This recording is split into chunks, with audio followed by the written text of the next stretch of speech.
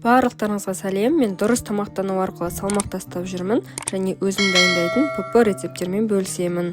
Бүгін абрикостан осындай джем жасамақшымын. Негізі мен бұндай джемдарды әртүрлі маркетплейстерден сатып алып жүргенмін. Осындай Zero деген сироптарды және джемдарды пайдаланатын едім.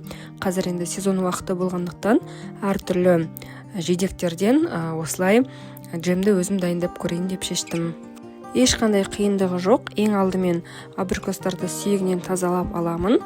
Одан кейін блендерға салып, дәміне қарай сахар заменитель қосып, барлығын блендерда жақсылап араластырып алатын боламын. Одан кейін банкаға салып қойсаңыз болады.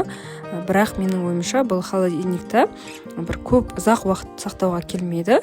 Сондықтан морозилкаға салсаңыз дұрыс болады.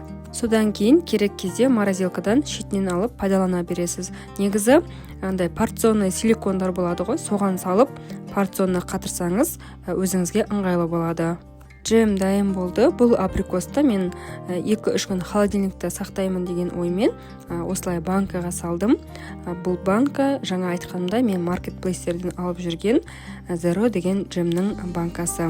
Дәл осылай кез келген мезгілдік жидектерден джем дайындап морозилкаға салып қойсаңыз, қыс бойы керегіңізге жаратасыз. Ал мынау менде сол маркетплейстен сатып алған джем, ал екінші абрикосты ол жаңа өзім дайындағаным.